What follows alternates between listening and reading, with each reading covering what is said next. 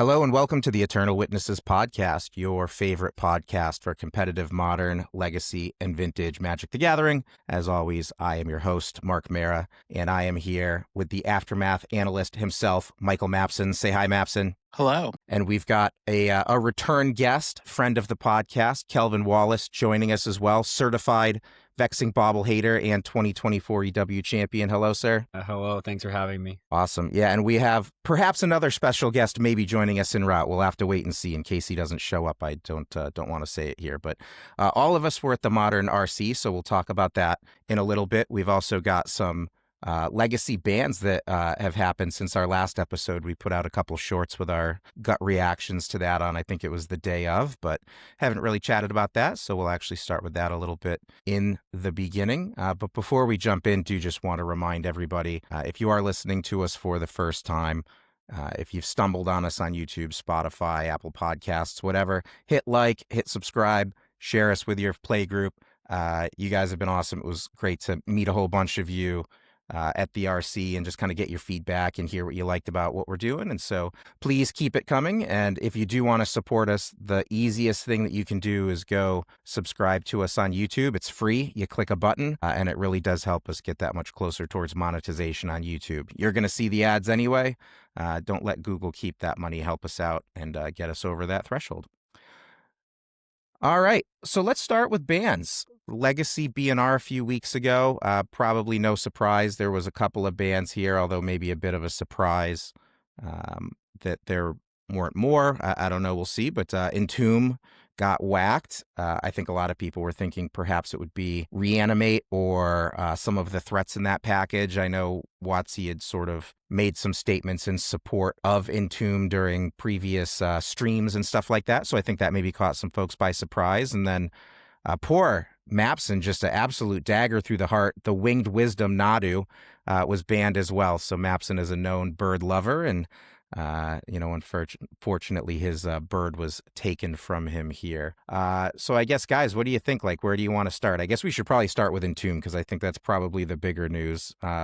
Right card, wrong card, is it enough? Like, what's the deck been doing since then? What have you guys seen? Yeah, so I went on record as saying I wanted it to be Reanimate. I think Entomb does cool things. I don't really think Reanimate does cool things. It's interesting. The Reanimator deck definitely did not die. It's like already won multiple challenges. Most recently playing Colossal Skull Reaver. So that card's really cool. Glad to see that card getting played, but I don't know. I think the deck still exists and it's a little bit worse, obviously. But it's kind of, I don't know. I just don't think it's a fun thing to have around. But at least the new builds are a little bit cooler. Yeah, what do you think, Kelvin? Yeah, I was also didn't think that WotC would go after Entomb because Entomb is unique effect, is like a legacy staple. And I just want to pour one out for the real casualty of the banned and restricted announcement. World Gorger combo, one of my favorite fringe legacy C tier archetypes that is sweet, only exists in legacy. Wouldn't have been affected by Reanimate ban, but apparently it's no longer with us. But yeah, so I think Entomb did have a lot more interesting decks associated with it than Reanimate, because stuff like World Gorger, now Tin Fins, and even Casino Storm with their Echo Entomb is no longer in the format. I think Reanimate is a far more unique effect that or it's not a unique effect, but it's the one cost allowed the Reanimate pack to be much better than it is. So I think Reanimate would also have been the card I took. Because Animate Dead just does not quite hit the same, being a 2-mana enchantment instead of a 1-mana sorcery. But overall, happy that the blue-black Reanimator deck was taken down a peg. And at least now that the Reanimator decks need to play stuff like Careful Study or Worldly Tutor and Surveil Lands and other weird ways to get their fatties into their graveyard instead of just having a really clean 10-card package that wins the game. I was going to ask what you guys thought about that. So for folks at home that maybe haven't seen Worldly Tutor since their last EDH game, it's essentially costs a green, it's an instant, and you search for a creature and stick it on top of your library. So the play pattern here is that you fetch, and you get a Surveil land and you put that Surveil trigger on the stack, but then before it resolves, you also cast a Worldly Tutor so that you can control what's on the top of your deck. So it's essentially Entomb at home, build your own Entomb.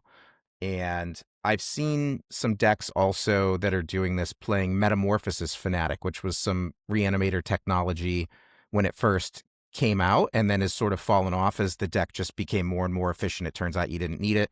But now with the Entomb ban, if you're already playing Worldly Tutor, it's also neat that for 1 green, you can tutor up a Metamorphosis Fanatic, which gives you that reanimate effect. A fatty like an Atraxa or an Archon. So is this real? Is this something people were only playing around with for a little bit and have moved on from? Like, what do you guys think of that Worldly Tutor surveil trick that people have been doing? Well, I think it's neat. I think it's a lot of fun. I don't think it's really going to take the test of time, mainly because going into a 3rd color is pretty detrimental for a lot of these Reanimator decks, where Wasteland and Delver is now coming back. And I think a lot of the power with Metamorphosis Fanatic was like the cards that entomb themselves for free. It was the Grease and the Trolls, which made it free to turn that into a 1-card threat if you happen to miracle it. I think it's neat. I'm happy that the Reanimator people are brewing and having fun, but I don't think that's necessarily going to be where the deck ends up. Yeah, I agree. I think just playing like Careful Study and or Tainted Indulgence is going to be a little bit stronger. It's easier on your mana.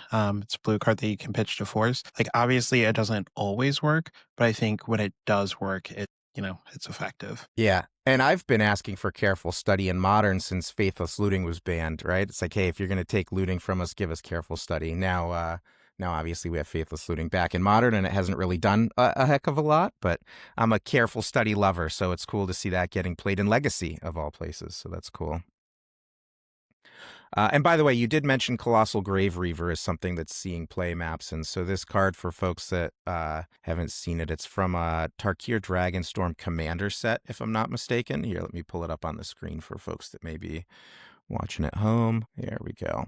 All right. So it's an 8-mana dragon. It costs 6 black-green for a 7/6 flying. When this creature enters or attacks, mill 3 cards, and then when one or more creature cards are put into your graveyard from your library, put one of them onto the battlefield. So obviously, if you're doing the surveil hack that we talked about, the creatures going from the library to the graveyard, if it's milled from this creature's ability or from some other ability, perhaps Barrow-goyf, it triggers. So it's kind of neat technology. Again, is this a fun of, or is this like perhaps a new staple in some of, new staple in some of these Reanimator packages? I mean, I think it was a 4 of in the challenge winning list. Was it really? Right? I haven't been keeping up too much with the latest events. Somebody won a challenge with 4 of these? Yeah, That's awesome. I mean, we can double check myself real quick, but I'm pretty sure the most recent challenge. That's awesome. Yeah, that's kind of neat. I think a lot of people are really like to mess with the reanimate threats that bring threats with them, like that legend from Final Fantasy, the exiled permanents from your graveyard, or like Metamorphosis Fanatics. I think it's kind of neat. Not really that hard castable, but I think it's a pretty fun, funny card. Nice. Cool. So some new tools. It sounds like you guys may have chosen a different card to ban. I would have banned Daze, but we won't open that can of worms. But nonetheless, it's definitely leading to some innovation, I guess we can say, in the archetype. So kind of cool to see people going with like Worldly Tutor, or maybe some new Reanimator threats that take a slightly different angle than just, land one of your 2 haymakers and protect it and go to town now. So kind of neat to see, even though it's still blue-black at the core, it's maybe taking on a little bit more of that traditional, like, discard with Careful Study, reanimate type plan there. And I have seen some show and tells showing up as well in sideboards and stuff too. So kind of cool, because I know that was old blue-black Reanimator technology is sideboarding into show and tell when they bring in Graveyard Hate. So it'll also be interesting, I think, to see if that sticks around. Speaking of show and tell, real quick, sorry, before we move on, you could also do like Max Gilmore is playing like essentially the old blue-black Reanimator deck, except instead of Reanimate and Tomb, he's just playing show and tell. Yeah, show and tell. Just like show and tell tempo with some Ancient Tomb. I can get behind that. Yeah. I love Ancient Tomb. Ancient Tomb does combo with Tameo Clues. That is true. That is true. 2 life, draw a card. Cool. All right, Nadu, the bird. I know, Mapson, we'll start with you because this probably impacted you the most out of maybe anybody I know. You played Nadu in CEDH. It got banned right after you purchased a Sea King's Blessing, which I will never let you forget about. And then it was banned in Modern, as everybody knew would happen. It is now banned in Legacy. Basically, Vintage is the last bastion of the bird. So are you going to start playing Vintage now, or what's this mean for you? I mean, So it also got banned in Dual Commander. Oh, Which you really have nowhere to I go then. was, I was surprised. Hey, it's legal in Canadian Highlander. You should join me and play Canadian Highlander. Okay. good to know. Yeah. I mean, you talk about like, am I going to start playing Vintage? Like, I've been playing it this year. I know. And But are you going to start putting Nadu in your deck? I did already I asked somebody who's been playing it for a list. And next time I shuffle up Vintage cards, I probably will be casting Nadu, and we'll see how it goes. Obviously, I am upset. How dare they take my bird? I do really disagree with their reasons. They kind of said like, oh, it makes like for these long drawn out games where like a lot of actions are happening and it's not necessarily deterministic that the opponent's dead, but like also it was deterministic. Like they were dead.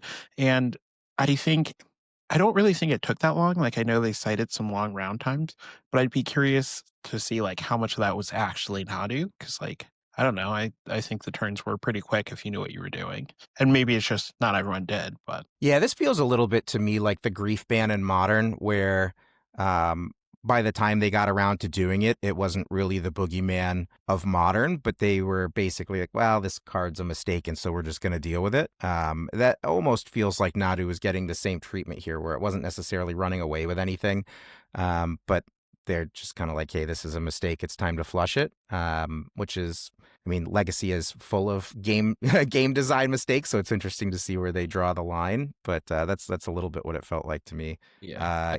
Kelvin, thoughts on the bird? I definitely agree with your assessment there that it's no longer the boogeyman when it was banned. I think WotC is consistently running between 6 and 8 months behind on what they should be banning. Like I was far more in the ban Nadu train 6 to 12 months ago after the pre-eternal weekend, where it largely homogenized all the green strategies. It was hard to find a green strategy that didn't just slot in Nadu, especially green creature strategy. The only other one was lands for the most part, because it really just made it impossible to play a Swords of Plowshare deck, where the game really came down to whether I had your combo on turn 6, 7, 8, and everything that happened before it largely didn't matter unless someone comboed and won the game. So I think their reasoning there for the Eternal Disc is also a little bit cope and probably not a good reasoning. So I did some writing on the bans that published somewhere, but we deleted that argument from our essay just because like we felt like it wasn't actually true. And I was also in the habit of if they had a Nadu plus a Nomad, I would concede. If they had a Shuko and a Nadu, I would see what happened. But I think the round clocks are usually pretty fast in Nadu because like people will just figure out how to shortcut it. I do think that card should have been banned. It is not a great card to have in your legacy format, but I don't really agree with WotC's reasoning about why they banned it either. And I personally would have banned a few additional cards. It's definitely strange that there were 3 combo decks that really had a good showing in Eternal Weekend NA, and only 2 of them saw bans. What did you think was missing from the list this time around? So Forge and all the colorless combo decks are just allowed to continue. So no action on the One Ring was probably the simplest card that they probably could have banned. And then otherwise, I think Plantar Nexus is a little bit of a sleeper of something that may go in the probably next year or 2. Yeah, it's interesting. I think that one of the big winners of the bans is the blue-red deck, right? Whether it's with Steel Cutter, without Steel Cutter, but basically that Delver Shell, most of them are on it. It looks like 3 Steel Cutters now is pretty standard, and that deck has a great win rate against Mystic Forge, at least the way it was built in the previous meta. So I know they cited that. I don't know if it was officially or where I heard it or whatever, but I know that was one of the reasons why they didn't necessarily go after Forge, was because they expected one of the decks that feasts on Forge to rise a bit. And I think that has happened. Like that deck has seen a decent amount of play. So I guess we'll have to see if it can keep up with that. I also am seeing that some green decks seem to be soft unbanned now. There's some more Cradle Control and other base green decks that seem to be popping back up. I mean, Mapson, you're a depths enjoyer. Is now time to be dusting off your Merit Lages and Sylvan Safekeepers, or is that still irresponsible in 2025? no, I think depths may be good again. Also, part of seeing Cradle is the new Badger Mole Cub. I'm actually in the middle of a league with it right now, but that gives that deck a lot more power. It's pretty sick. For those who don't know, it's costs 1 and a green for 2/2. When it enters, you earthbend 1, so you get to put a +1/+1 counter on a land, and if it's not already a creature, it becomes 1. And then if that creature were to leave the battlefield, like whether it's die or exile, it comes back into play tapped. And it doesn't matter if the cub is in play or not when the land dies, but that gives the deck just kind of like another angle. And then also all your mana dorks, when you tap them, produce an extra green, and that includes that land. So it just like you can go turn 1 mana dork, turn 2 play cub, and then just like turn 3, if you play Cradle, you have 4 mana for natural order, and that's pretty good. Or actually, even on turn 2, if you tap the land and the mana dork to play the cub, put the counter on Gaia's Cradle. Now you have 3 creatures because you have the dork, the cub, and the cradle, and then the cradle taps for an extra green, so you can natural order on turn 2 with this guy. Yeah, I've been watching a few people play Badger Mole Cub in a few different formats, and it's been funny trying to figure out the puzzle pieces of what do I put the counter on, when exactly do I do it. It's definitely been a neat card though. My round 1 opponent in the Modern RC was, or I'm sorry, not my round 1. It might have been my round 2 opponent was playing Badger Mole Cubs and led to an interesting game. But we'll talk about that a little bit later here. Cool. Fair enough. So we should actually probably start talking about the Modern RC. And so the way we wanted to format this was Mapson, and I don't know where you got it from, Mapson, but I know since I met you guys and the local group of folks that we travel to events with from Pennsylvania, there's just always been a thing that we do at dinner together, almost like a post-event debrief, which I have lovingly nicknamed The Thing. And so if you hear me saying to Mapson at dinner somewhere, let's do the thing, this is what we're talking about. It's basically a set of questions about your event, and we just go round robin around the table while everybody's decompressing from the event. And so we all died at different parts of the event. We were in Las Vegas, and I am easily sidetracked by bright lights and shiny things. So we didn't actually get to do this in Las Vegas. So we said, hey, wouldn't it be great if we all got together and did this as an episode and shared the thing with the world. So this is something that brings me a lot of pleasure at the end of a Magic event. And so really excited to be kind of doing this on air with everybody. So let's get started. The first question is, what did you play? So I have the deck lists here. Let me flip it over. So Kelvin, let's start with you. Yeah, I played Amulet. And then, weird thing is that is Besage You Who Endures, not Besage You Who Shelters All. But I don't. Does Melee have it wrong in here? Oh yeah. Okay. Well, I guess I dodged a deck reger, because that same deck reger actually was found on the top 8 of Eternal Weekend, where I was looking at my deck. I was like, that's the wrong Besage You, right? And I was like, oh, that is absolutely the wrong Besage You. But the judges were lenient and just let me. There you go. Yeah, But I know that happened with you in that. Standard as well, Mapson, right? Like registered the wrong Overlord in Standard or something, and they let you fix it. Yeah, I registered the wrong Verge, the dual land in Standard. I like registered the black-white one in my blue-red deck. So in instances like that, where it's like very obvious what the card is supposed to be, they have decided to be lenient enough to just let you update it. And it's kind of like, it's not supposed to involve like any deep format knowledge, but like if you can just like very clearly on the surface look at it and go, oh, like you don't have any black or white spells, and every card in your deck is blue or red. Like that's a very easy fix. Or in this deck, it's like, are you really trying to make your escape shifts uncounterable, your 3 spells? Like probably not. You're probably playing the green land in your mono green deck. Yeah. Which also, what is that card that has Oppo on it? That's Explorer. Okay. Yeah, I think it mattered so little that all the opponents I played, all of them parsed it as the right Besage You, and that was not a problem. I played the Besage You Who Endures, and they're like, yeah, that's the card I literally read on your deck list, even though that was not the card written on my deck. I mean, I put the wrong Besage You into Mana Traders when I'm just trying to add a couple by hand manually, probably about 30% of the time. So, you know, I don't blame you there one bit. I noticed you're on a Cultivator, Colossus. not to necessarily get too deep into the deck tech here, but like what was the thought on Cultivator Colossus over some of the other options that might be in that slot there? Oh, it's a shout out to Canister and his number one Mr. Beast. I really like the Cultivator Colossus because post-board games against Grave Hate, it is your way to win when you're really far behind on board when Escape Shift or Analyst Loop is off the table. So it ends up being very good against Boros Energy and those sort of configs. The only problem is it's not great against consigned memory, but I found it easy enough to run them out of consigns that the Cultivator Colossus does get there, and it's especially good when you're on your quad Green Sun Zenith build to get slightly more access to it.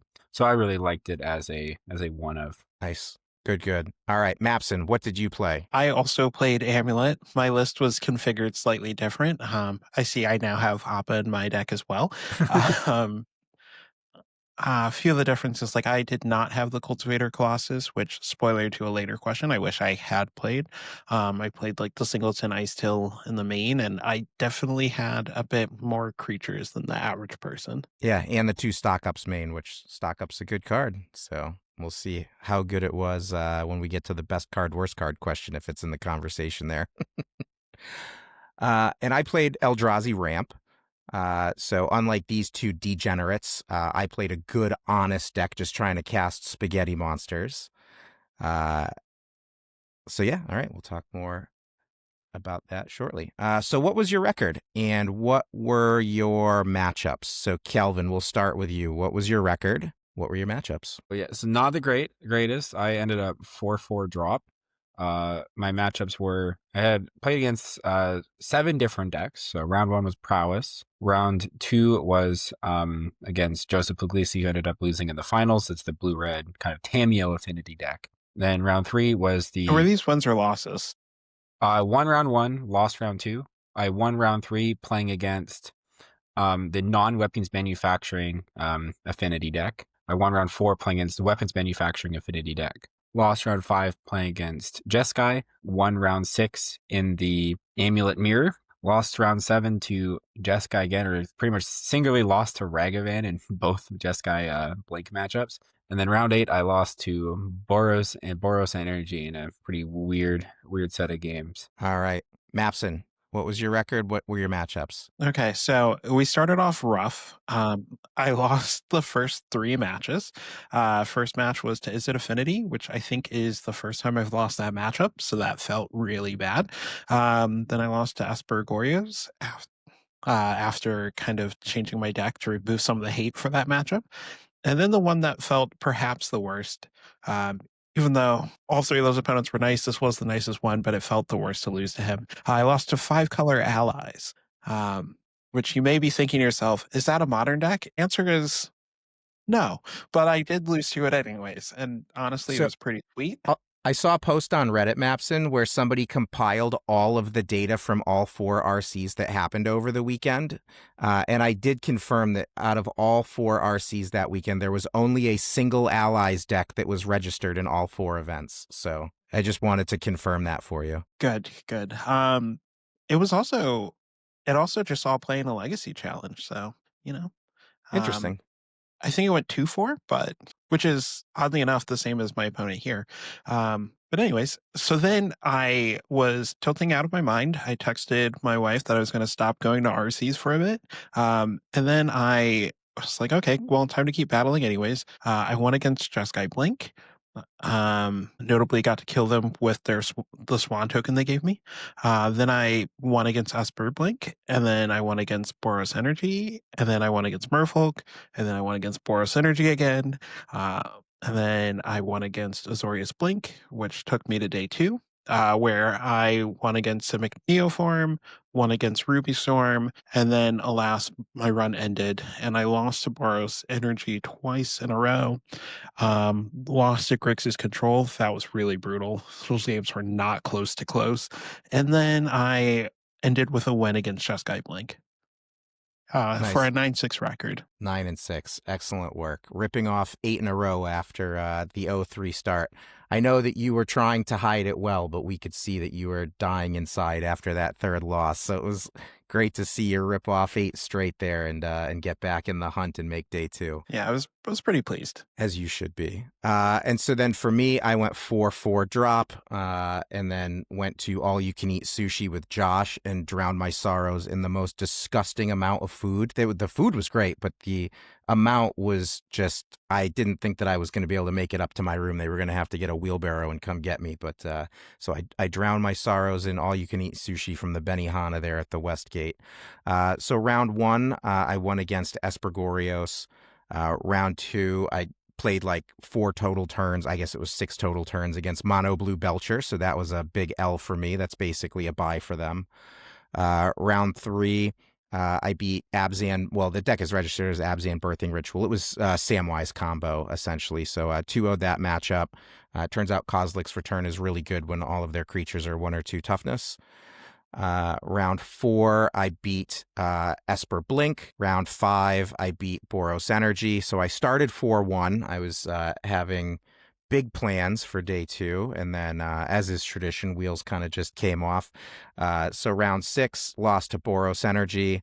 Round 7, lost to, the deck is registered as Jeskai Blink in Melee, but it was actually Prowess. And then round 8, I lost to Boros Energy. So it's unfortunate to lose Prowess Energy at the end there, because I did tech my deck to be decent in those matchups. And I do think that it was closer than those matchups played out to be. But yeah, so the 4-1 into 4-4 all you can eat sushi was how my event went, which honestly, I would rather have done that than have to play 1 or 2 more rounds and then still not make day 2 and then be at the end of the line for sushi, because there was quite a wait by the time we got there. So, it's a little victory consolation prize for myself there. Yeah, as somebody who's lost in the last round multiple times on day 1 to not make it, it really sucks. And like, I've had people tell me like, oh, you should feel good, you made it till the end of the day. And I'm just like, no, that means I spent the most amount of time to get the worst result.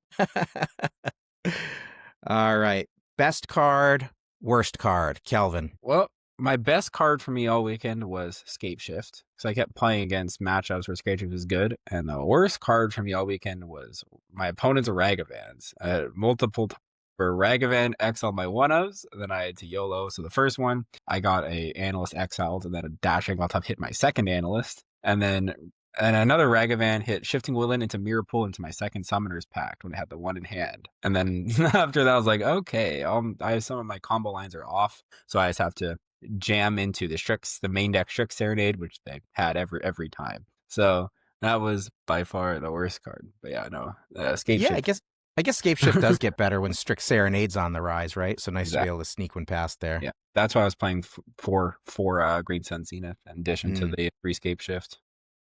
Yeah, that makes sense. Mapson, best card, worst card. This is going to be a controversial answer, I think. I would say my best card was probably Spelunking, which is weird to say it was better than Amulet, because 2 Spelunkings doesn't do anything and 2 Amulets does do something.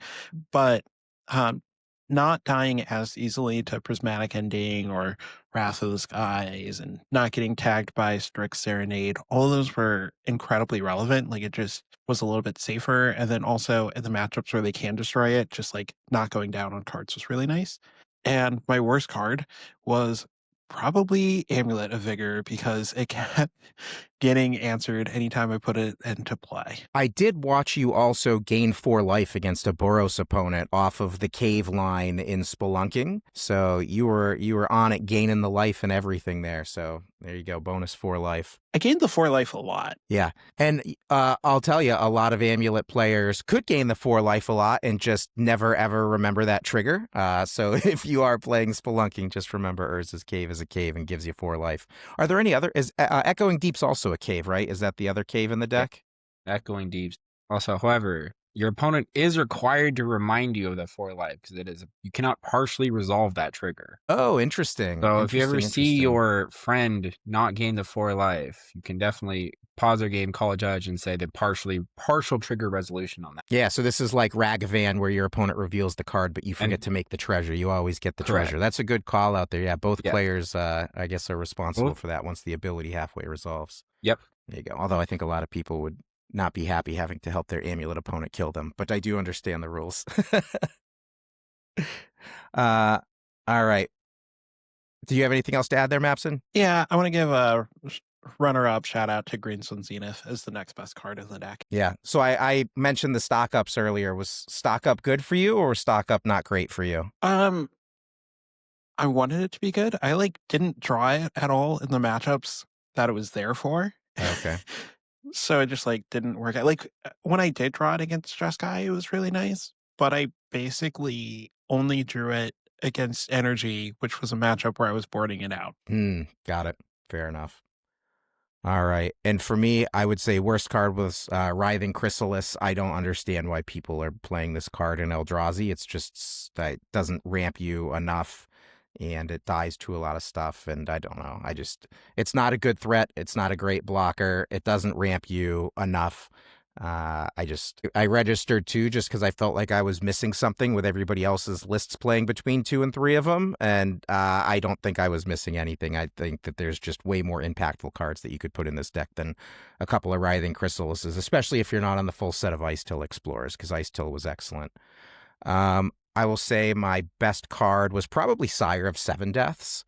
I played 3 Sire of Seven Deaths and a Cavern of Souls that I could get off Sowing Myco Spawn, specifically assuming that, I know a lot of folks expected a drop-off in Consigned to Memory, which is partially why I was fine to register Eldrazi, and a lot of players that I played against were not on the full 4, but everybody with blue still has access to some amount of them, and plus, some other cards that fill a similar role are showing up as well, and so just having an Eldrazi that has a ton of text on it that can get through a Consign on a Cavern of Souls and then has Ward 7 plus 19 other freaking abilities on the thing. It was pretty good. And Sire, I would say it was the best card in my deck for sure. But also honorable mention to Ice Till Explorer. We'll talk about that when I get to the best play, worst play part. But yeah, I would say best card was Sire of Seven Deaths. Worst card was Writhing Chrysalis. If you're playing Chrysalises in this deck, I would encourage you to try something else. Really, anything else with a pulse is probably a bit better than that card. So I didn't see a lot of Eldrazi players, but I did see a couple, and I felt like every time I looked over, they had Sire 7 Deaths, and their opponent was just like, how do I beat this card? And I heard somebody else say, just to his opponent, he's like, yeah, this is the best card in my deck. Every time I've put it in play, my opponent has lost. It's nice that it lines up with what you're saying. I managed to resolve 2 against a Goryo's player, and they were just like, how do I ever beat this? There's I can't, it has First Strike and Reach, so I can never attack with Atraxa or Grizzlebrand. It has Ward 7 life, and so if they try to double Solitude, they take 14 and give me 14 to deal with it. So it was definitely a brick wall against Goryo's for sure. That thing eats Atraxas alive all day long, which is, again, part of why I wanted it. It's very tough to remove once it hits the board. And I even had Boros players with no energy saved up using their 1-up Static Prison, paying 7 life, and then I just get the thing back in 2 turns because they couldn't generate any more energy. So yeah, Sire was definitely very good. Kelvin, best play, worst play? Okay, so I think my best play was I was playing against Jeskai Blink. I was in a really weird situation because my second Summoner's Pack got XL to a Ragavan. And my hands only had lands and Escape Shift in hand with a Tireless Tracker in play. I was dead on board against 2 flyers, so Obsidian Charma and a Subtlety. So I had to find lethal this turn. So the lethal line I ended up finding was I also threw what I presumed to be a Surgical Extraction. So I had to find a win that did not involve an Analyst loot. And additionally, my Analyst could not get a second pack because 1 was an exile and 1 was in my deck. So I was like, okay, went for the Escape Shift, got Hasteland, Mirror Pool, Shifting Woodland, some Lotus Fields, and then bounced on T-West. So Transmute for T-West, went for Analyst, played the Analyst, cracked Analyst. Response to Analyst cracked. I got my Analyst Surgical. I was like, okay, I expected that. Put all my lands into play. I was like, great, make 15 clues or whatever. Ended up, did not get Mirror Pool. So I did not play a land at that point. So then I transmuted my T-West to get Mirror Pool, played Mirror Pool, copied my Tireless Tracker, gave the copy haste, re-scape shifted to make a bunch of mana again, cracked on my clues, and attacked for lethal with my 2 copies of Tireless Tracker through a subtlety with an Otawara in hand to remove an additional blocker. Battle Tracker strikes again, man. I just keep seeing new and interesting ways that card kills people. It looks so derpy on paper, and it does so much work in that deck. Yeah, so I got to the point where after resolving 2 scape shifts and a bunch of lands of the tracker in play, I had 16 clues, and after it was a scape shift, an analyst activation, and a second scape shift. I was like, the D20 doesn't go high enough. I'm just going to say I have 20 clues for simplicity because they are simply not going to matter from this situation. So yeah, I got the transmute for my Mirror Pool when I didn't have a second pack in order to then give them both haste and attack through a subtlety for lethal. Worst play happened twice. So the way I want to beat Jeskai game 1 is go with the analyst loop. And sometimes I get some weird situations where analysts off the table. So I had 2 analysts in my deck, so I could run out an analyst, and if it gets killed, I can go find the second one. So in game 1 against Jeskai, played the first analyst. It got salted. I'm like, sure, great. Person draws, attacks the Ragavan. Exiled my second analyst. So I'm just like, great, I'm off analyst. So it got to the point where there was 1 card in hand, 1 land up versus a Fable, and my hand was Cultivator Colossus and Scape Shift. I was like, okay, well, if the last card in hand is a Strict Serenade, it's not getting better for me, so I might as well jam. So it sacked my 3 lands and made 5 mana. So escaped with 1 mana floating, got triple bounce land, went up to 7 mana, put all my lands in my hand, cast Colossus with 4 lands in my hand. Opponent goes, oh, fetch, Strict Serenade. I'm like, great, game 2. And then it happened again in round 7 against Jeskai, where the Ragavan exiled my Shifting Woodland. So I got behind on board where Ragavan was making treasures and opponent was able to have a treasure up and then scam in a Flage with a consigned memory. After killing my Grazer, the Flage, consigning the sack, attacking with the Ragavan, 1 treasure up. Again, 1 card in hand. My hand was again Scape Shift plus Cultivator. My Analyst combo was off because my Woodland was in exile, and I was pretty much dead on board to the Flage. So I did the same play, just jammed. I was like, great. Okay, Colossus on the stack, 4 lands in hand. Last card, Strict Serenade again. I was like, last card. I was like, okay, moving on. Yeah, so it's funny that happened twice. But yeah. I don't think funny is the word you actually want to say, but yeah, unfortunate. Funny, Ragavan was just sniped all my good cards. And your opponent's monkeys were good. Yeah, I didn't get to cast a stock up. Only my opponent got to cast my stock up. No. Off the monkey, I was like, oh, come on. And yours was in the sideboard, right? So you bring it in, and then Ragavan immediately steals it. Yeah. Oh yeah. Yeah. I bring it. It's pretty good against Jeskai, so bring it in. Ragavan steals it. I'm like, lovely. Love that for me. Fair enough. Well, GG's to the Ragavans.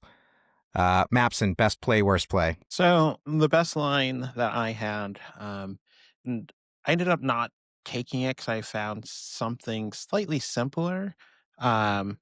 But the best, like the coolest line that I had available to me, there was also involved Tireless Tracker. It was in round 9, and my opponent had taken my Mirror Pool, and we were in turns. And so if Mirror Pool was in my deck, and when I say taken, like they had surgicaled it. Right. Wait, they did what to it? They surgical attraction. Surgicaled it, okay. And we're in turns, so like I kind of have to win.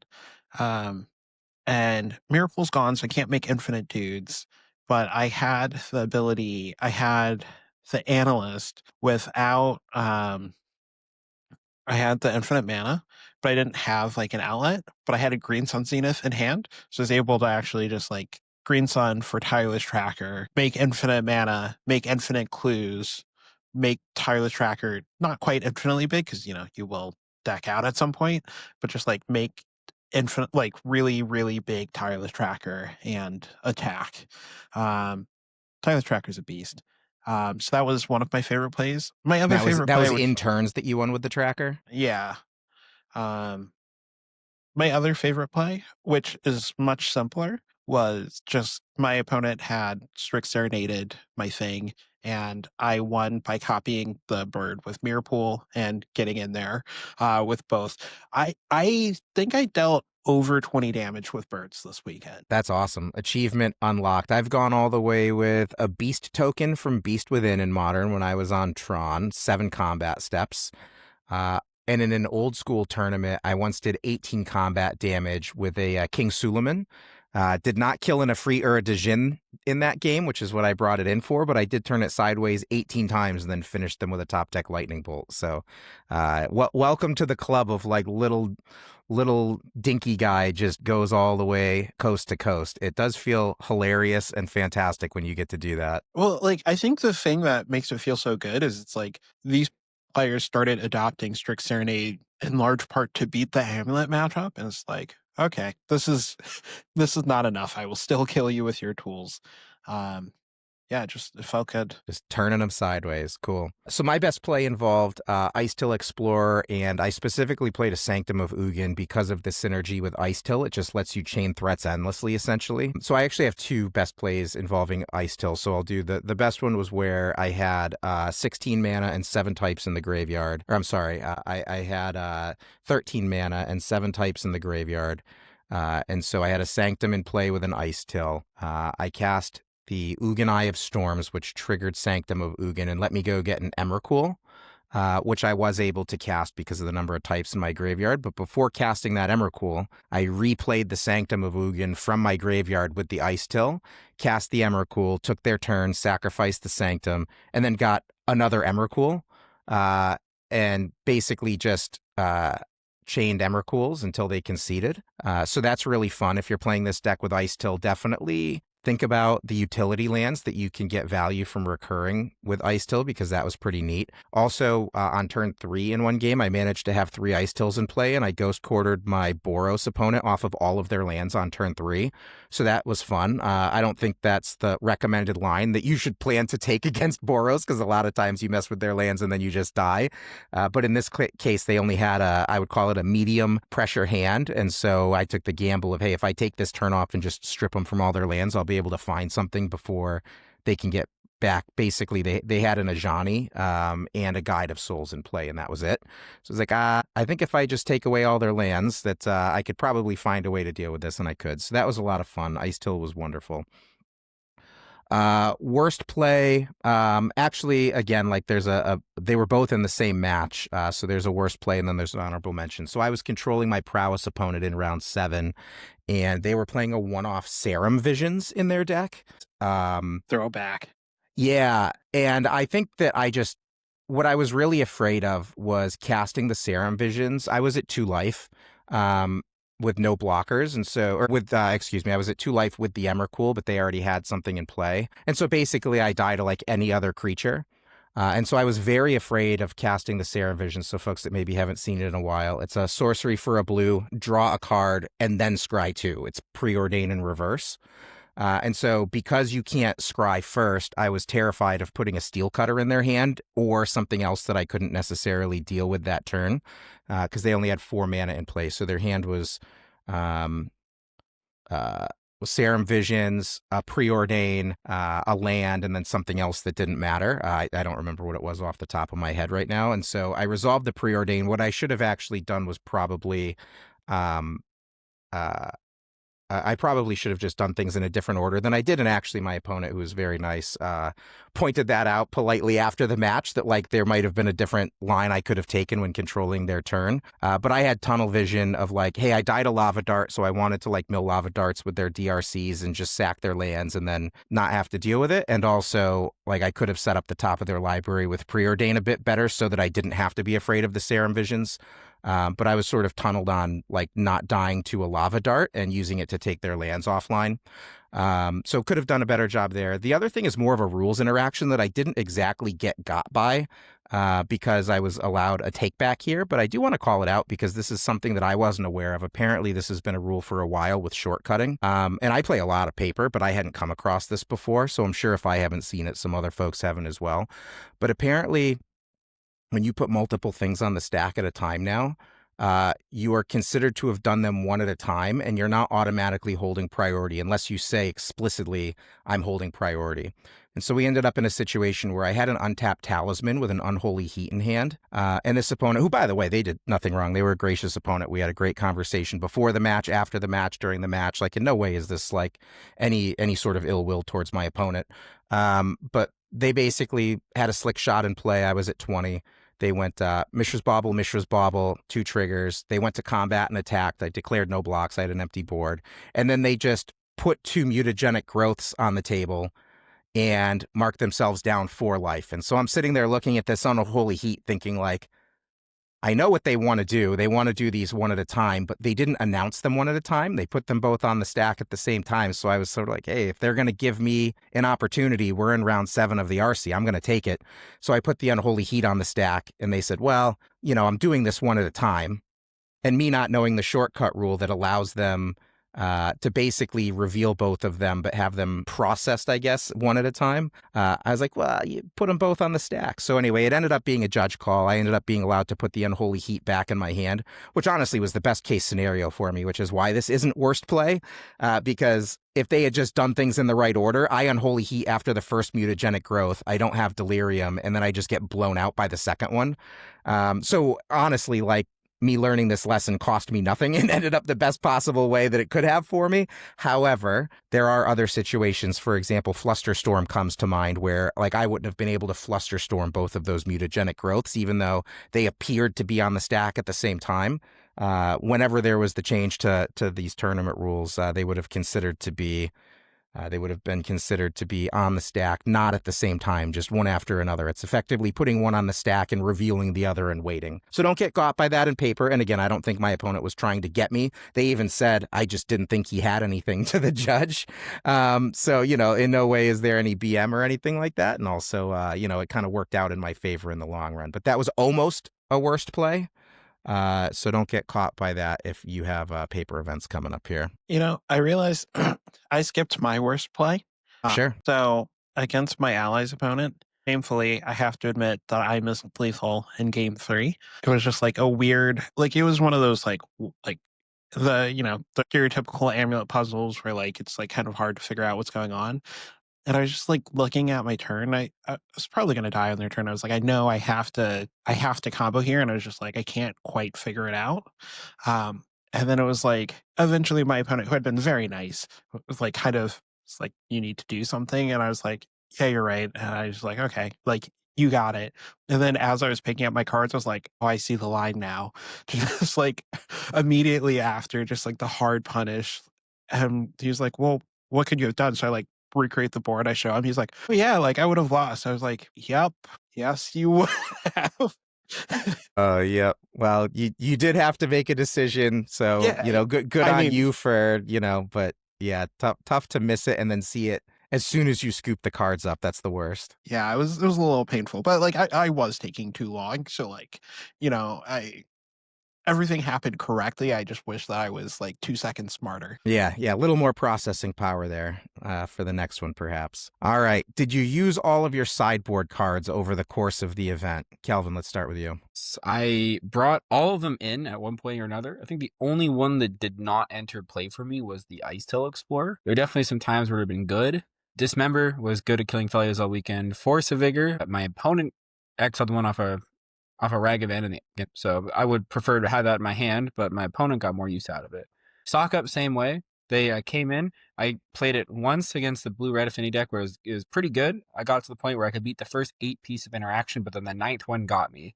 And then otherwise, my Ragavan opponent cast it. Bog was good, taking my opponent off Delirium and disrupting the Emery Haywire Might loop. Fire Spout was good against Affinity. Just blew him out. Ice Tail was the one I sided in multiple times, but never drew it. Ottawara always came in against those pesky Ashiok players. Pyroclasm was really good for me against Boros, where I won a game where the curve was Ocelot Pride into Damping Sphere into Blood Moon. Got him to overextend into the Pyroclasm, and then just cast a 6, and then 6 soloed the game, drawing a Beseiju. Eventually. 6 is so good. And then Tireless Tracker also won a game in the Scape Shift mirror pool at line when I didn't have a analyst in my deck anymore. So yeah. Nice. Every card used. Every Excellent. card. Using every piece of the Buffalo. Mapson, did you as well? I did. I brought in every card. My sideboard was a little weird. Kelvin mentioned he had Pyroclasms. I had Fire Spouts. People choose between them both in Fire Magic. I like Fire Spout because bringing it in against Boros, I'm also bringing in Force of Vigor against Boros, and Fire Spout is a green card that you can pitch to Force. So just wanted to check that logic.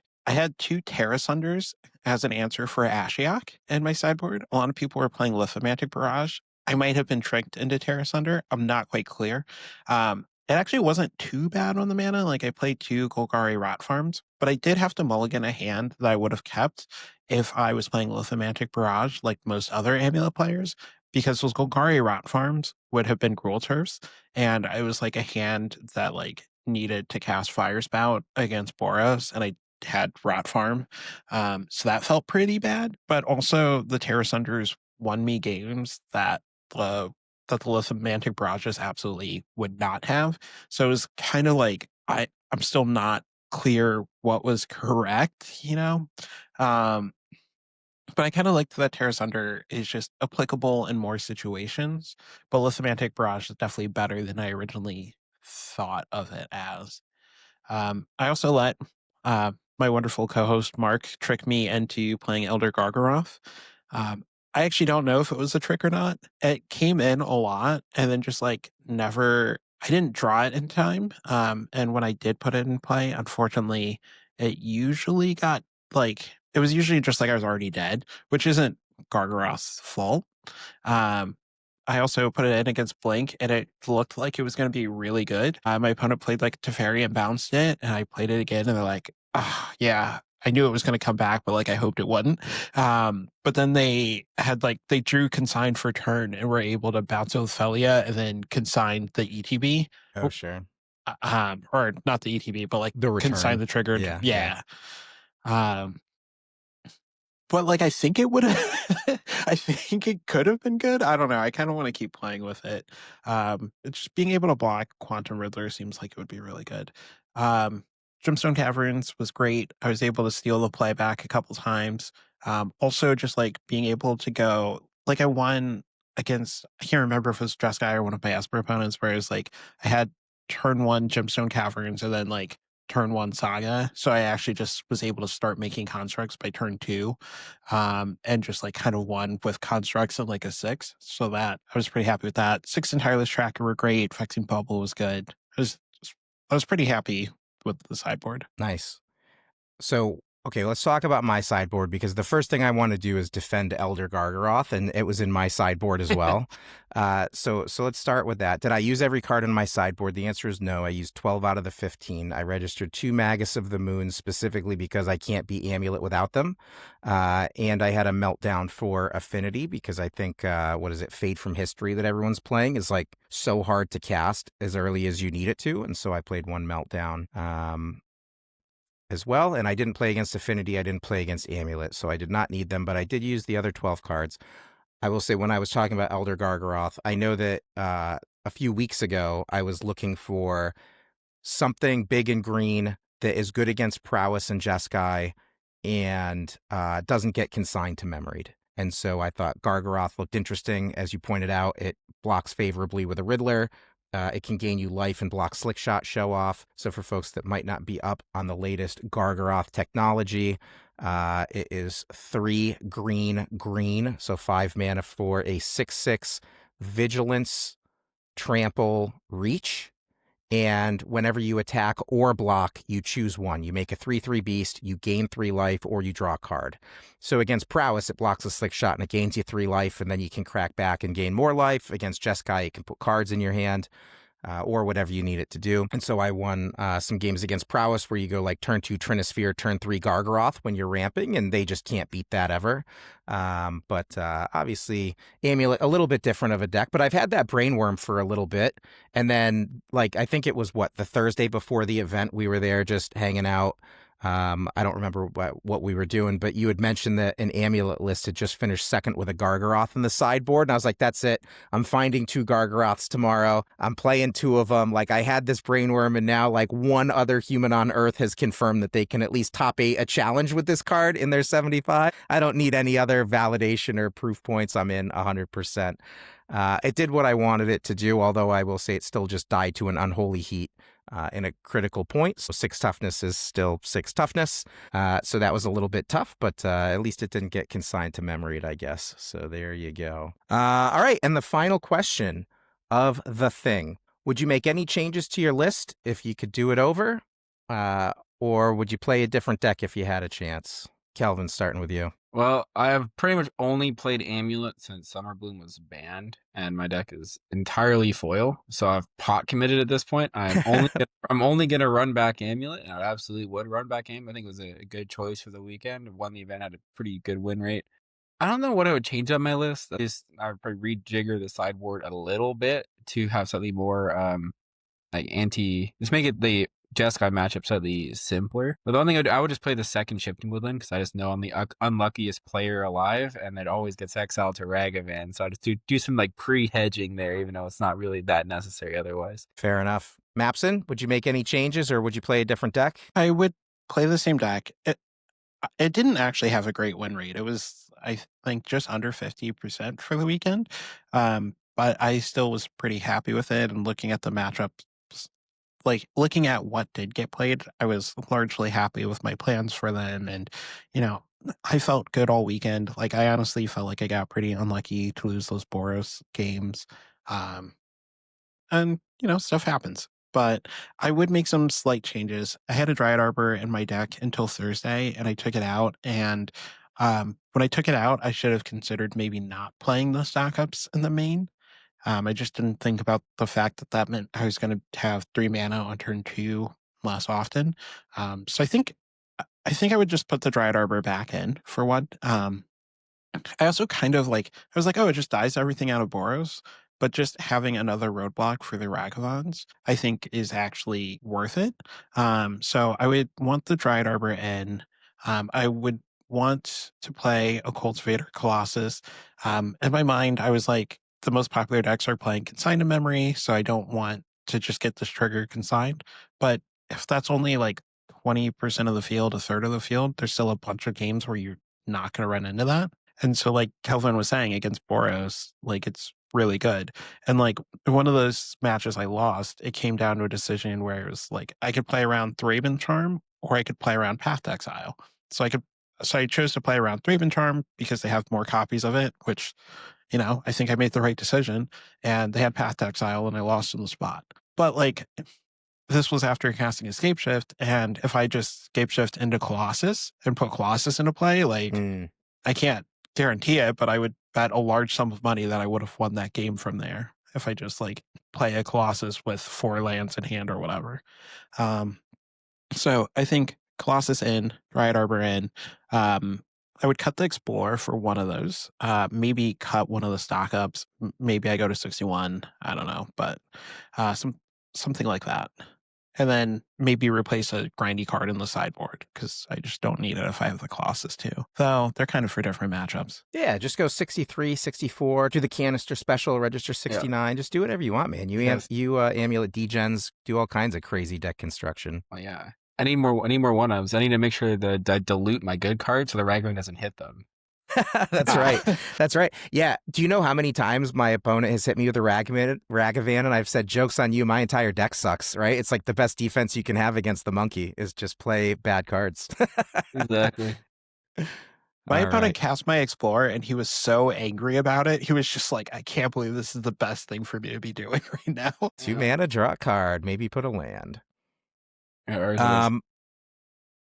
So if I could make changes to my list, I would be down 2 Writhing Chrysalis. I would probably go up to a third Kozilek's Return in the main deck, just because I did expect there to be a lot of the fair decks in the room, Boros, Blink, Prowess, and absolutely they were by far the most represented decks in the room, and so Kozilek's Return is great in those matchups. I would have loved access to a third one just to ensure I got to the mid-game more often against Boros, where I get to take over. But unfortunately, my losses against Boros were almost universally versus a very quick flip to Johnny, and just not having an answer to that in time. So third Kozilek's Return helps get there, and I would probably play a 4th Ice Till over the 2nd Writhing Chrysalis as well, just because, yeah, sometimes you get to cheese folks with the Ghost Quarter stuff, but also it fills your graveyard incredibly quickly, especially in multiples, to power Emrakul, puts Kozilek's Return in your graveyard for the 5 damage flashback piece of it. It's just, it consistently overperformed, and it ramps you so much. So even if you don't have a bunch of 2-mana lands, just, 1 or 2 Ice Tills and a fetch land, can ramp you to exactly where you need to be over a turn or two. So I would probably be playing a 4th Ice Till and a 2nd Kozilek's Return over the 2 Writhing Chrysalises if I could play it again. And then find room for 2 more Elder Gargaroths, of course. The best. No. No. Two might be extreme. Maybe 1's the right number, but I'm going to try out 2 for a little bit because I like having fun. Any last thoughts on Vegas before we wrap it up, boys? Yeah, I was told this would be a gambling podcast, so I have. What are your tips to people that are going to Vegas? Where are the hot spots to make money, Kelvin? 6 to 5 blackjack is illegal. Do not play it under any circumstances. Like, not even if the casino gives you free money to play it. Like, just stay away. Stay away from the continuous shufflers. Hand shuffled shoes only.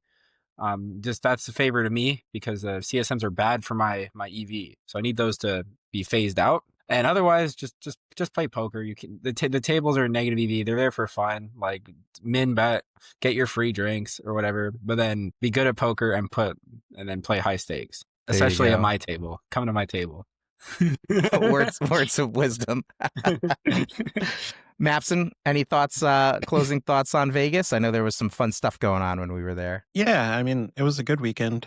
So I was really excited to rattle off 8 wins after a disastrous start. So that was sweet. Top 8 had some cool decks. I really think that Is It Metalcraft deck or whatever you want to call it, I really think that deck is kind of bad. But it is cool to see it in the top 8. It's cool to see both Puglisi brothers now qualified for Worlds.